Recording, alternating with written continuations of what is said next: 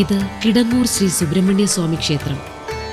പാർവതി പരമേശ്വര പുത്രനായി അവതരിച്ച് ദുഷ്ടജന നിഗ്രഹവും ഇഷ്ടജന പാലനവും ചെയ്ത് ഭക്തരുടെ അഭീഷ്ടദേവനായി വിരാജിക്കുന്ന സാക്ഷാൽ ദണ്ഡായുധപാണി വാണരുളുന്ന പുണ്യഭൂമി.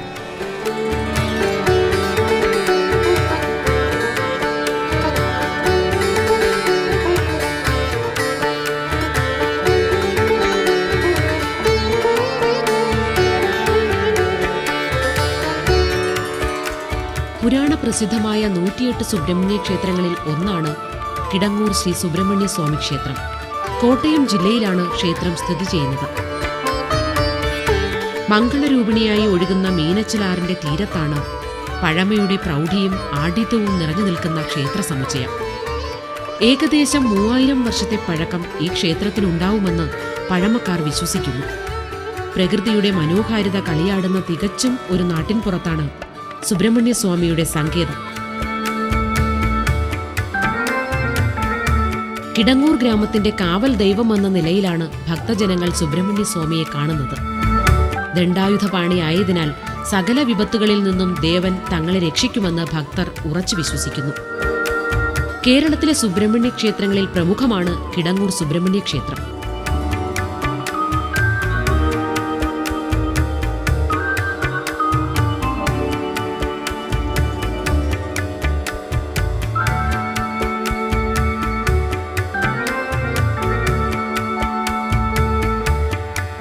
കിടങ്ങൂർ സുബ്രഹ്മണ്യ സ്വാമി ക്ഷേത്രത്തിന്റെ ഐതിഹ്യം ഇപ്രകാരമാണ്.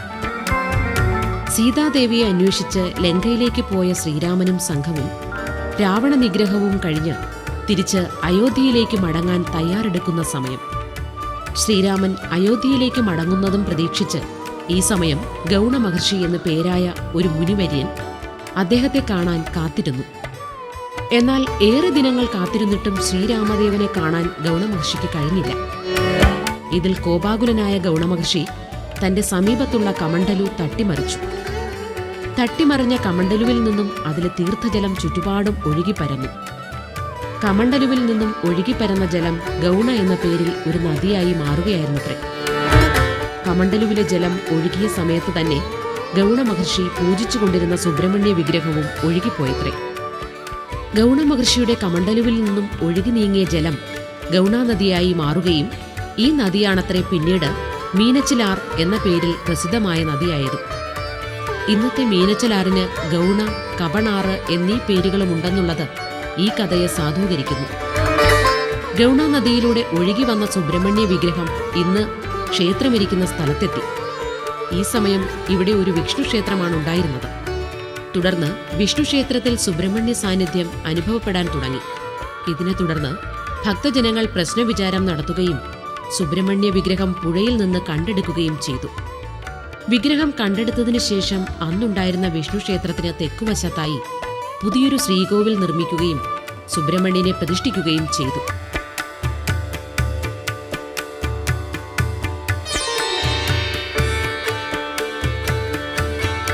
കിടങ്ങൂർ സുബ്രഹ്മണ്യ സ്വാമി ക്ഷേത്രത്തെക്കുറിച്ച് നിലവിലുള്ള മറ്റൊരു ഐതിഹ്യം ഇപ്രകാരമാണ്. ഇന്ന് മീനച്ചിലാറ് എന്നറിയപ്പെടുന്ന ഗൗണാനദിയുടെ തീരത്തുള്ള പ്രദേശങ്ങളെല്ലാം അടിയോടി നായർ എന്ന നാടുവാഴി കുടുംബത്തിൻ്റെതായിരുന്നു. ആ കുടുംബം സന്തതി പരമ്പരകളില്ലാതെ അന്യം നിന്നു പോകും എന്ന ഘട്ടമെത്തിയപ്പോൾ അന്നത്തെ അടിയോടി നാടുവാഴി തനിക്ക് സന്തതികളുണ്ടാവാൻ എന്തു വഴിയെന്ന് ആലോചിച്ചു. മഹാവിഷ്ണുവിനെ പ്രതിഷ്ഠിച്ച് ആരാധിച്ചാൽ സന്തതികൾ ഉണ്ടാവുമെന്ന് സ്വപ്നദർശനമുണ്ടായ അടിയോടി നായർ ഗൗണാനദിയുടെ തീരത്ത് മനോഹരമായൊരു ക്ഷേത്രം പണികഴിപ്പിച്ച് മഹാവിഷ്ണുവിനെ പ്രതിഷ്ഠിക്കാൻ തീരുമാനിച്ചു. പ്രതിഷ്ഠാദിനം അടുത്തപ്പോൾ അവിടെ ഒരു അശരീരി മുഴങ്ങി. ഇവിടെ പ്രതിഷ്ഠിക്കേണ്ടത് ബാലസുബ്രഹ്മണ്യനെയാണെന്നും മഹാവിഷ്ണുവിനെ വടക്കുഭാഗത്ത് പ്രതിഷ്ഠിച്ചാൽ മതിയെന്നുമായിരുന്നു ഈ അശരീരി. ഇതനുസരിച്ച് പ്രധാന ശ്രീകോവിലിൽ ബാലസുബ്രഹ്മണ്യനെയും വടക്കുഭാഗത്ത് മഹാവിഷ്ണുവിനെയും പ്രതിഷ്ഠിച്ചു എന്നാണ് ഐതിഹ്യം. ക്ഷേത്ര നിർമ്മാണത്തിനായി കൊണ്ടുവന്ന ശില്പികളായ വൈക്കത്തുശ്ശേരി, ദേവശ്ശേരി, തൊടുശ്ശേരി, മാമ്പുഴശ്ശേരി എന്നീ കുടുംബങ്ങളെ ഈ ക്ഷേത്രത്തിന് സമീപത്തായി പാർപ്പിക്കുകയും ചെയ്തു. ദൈവാനുഗ്രഹം നിമിത്തം നാടുവാഴിക്ക് സന്തതി പരമ്പരകളുണ്ടായി. ഏറെക്കാലത്തിനു ശേഷം മീനച്ചൽ കർത്താവും കോട്ടയം തമ്പുരാനും കിടങ്ങൂർ ദേശം ആക്രമിച്ചു കീഴ്പ്പെടുത്താനുള്ള ശ്രമങ്ങൾ തുടങ്ങി. രണ്ടുപേരുടെയും ആക്രമണം ചെറുക്കാനാകാതെ വന്ന അടിയോടി നായർ ക്ഷേത്രഭരണം 14 ബ്രാഹ്മണ കുടുംബങ്ങളെ ഏൽപ്പിക്കുകയായിരുന്നത്രേ. കേരളത്തിലെ 64 നമ്പൂതിരി ഗ്രാമങ്ങളിൽ ഒന്നാണ് കിടങ്ങൂർ ഗ്രാമം. പണ്ടുകാലത്ത് തെക്കുംകൂർ വടക്കുംകൂർ രാജാക്കന്മാരുടെ രാജ്യ അതിർത്തിയായിരുന്നു കിടങ്ങൂർ. ഈ ഗ്രാമത്തിൽ പണ്ട് കോട്ടയം കിടങ്ങും മറ്റുമുണ്ടായിരുന്നതായി വിശ്വസിച്ചു വരും. കിടങ്ങൂർ സുബ്രഹ്മണ്യ സ്വാമി ക്ഷേത്രത്തിന്റെ ഉടമസ്ഥാവകാശവും ഭരണച്ചുമതലയും 14 ബ്രാഹ്മണ കുടുംബങ്ങളിൽ നിക്ഷിപ്തമാണ്. സ്ത്രീകൾക്ക് നാലമ്പലത്തിൽ പ്രവേശിക്കാൻ പാടില്ലെന്നതാണ് ഇവിടുത്തെ പ്രധാന സവിശേഷത. ഇതിന് കാരണമായി പറയുന്നത് ഇവിടെ പ്രതിഷ്ഠിക്കപ്പെട്ട ബാലസുബ്രഹ്മണ്യൻ ബ്രഹ്മചാരിയും ദണ്ഡായുധപാണിയുമാണ് എന്നുള്ളതിനാലാണത്രേ.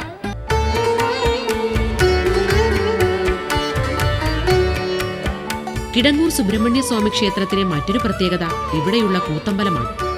ശില്പചാതുരി കൊണ്ട് അതീവ ഹൃദ്യമാണ് ഇതിന്റെ അകവശം. ഈ കൂത്തമ്പലത്തിന്റെ തൂണുകളിലും രംഗമണ്ഡപത്തിലും രാമായണത്തിലെയും ഭാഗവതത്തിലെയും കഥകൾ ശില്പരൂപങ്ങളായി കൊത്തിവച്ചിരിക്കുന്നു. പണ്ടുകാലത്ത് ഈ കൂത്തമ്പലത്തിൽ നിത്യവും കൂത്തും കൂടിയാട്ടവും നടന്നു വന്നിരുന്നതായി വിശ്വസിക്കുന്നു. ഇപ്പോൾ തിരുവുത്സവ കാലത്ത് 10 ദിവസം ചാക്യാർ കൂത്ത് നടത്തിവരുന്നു.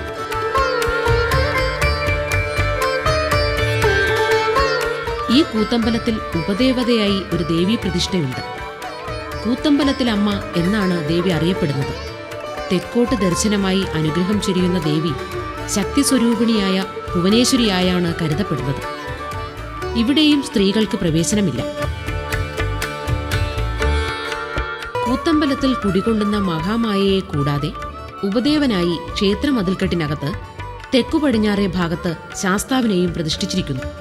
വിളക്കുമാടത്തോട് ചേർന്ന് ഇവിടെയുള്ള മയിൽശാലയും ഭക്തജനങ്ങളെ ആകർഷിച്ചു വരുന്നു.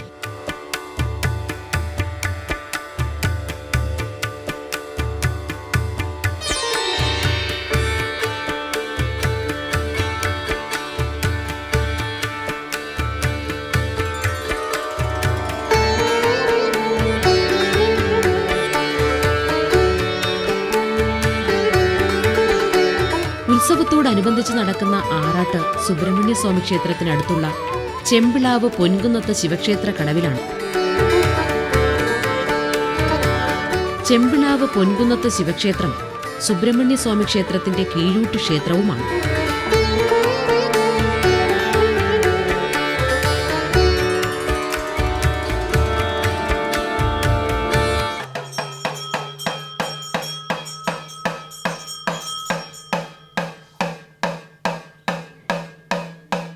കിടങ്ങൂർ സുബ്രഹ്മണ്യ സ്വാമി ക്ഷേത്രം തെക്കുംകൂർ രാജാവിന്റെയും തിരുവിതാംകൂർ രാജാക്കന്മാരുടെയും മേൽനോട്ടത്തിൽ പലപ്പോഴായി നവീകരിക്കപ്പെട്ടിരിക്കുന്നു. ഇവിടെയുള്ള ഊട്ടുപുര ധർമ്മരാജാവ് പണികഴിപ്പിച്ചതാണെന്ന് വിശ്വസിക്കുന്നു. അന്നു മുതൽ കൊട്ടാരം ചെലവിൽ പട്ടത്താനം നടത്താനും രാജാവ് ഏർപ്പാട് ചെയ്തു. കിടങ്ങൂർ സുബ്രഹ്മണ്യ സ്വാമി ക്ഷേത്രത്തിലെ പ്രധാന വഴിപാടുകളായി തുലാഭാരം, കാവടി, ചുറ്റുവിളക്ക്, ഉദയാസ്തമന പൂജ, മുഴുക്കാപ്പ്, പഞ്ചാമൃതാഭിഷേകം, പന്തിരാഴി, കടും പായസം തുടങ്ങിയവയാണ്.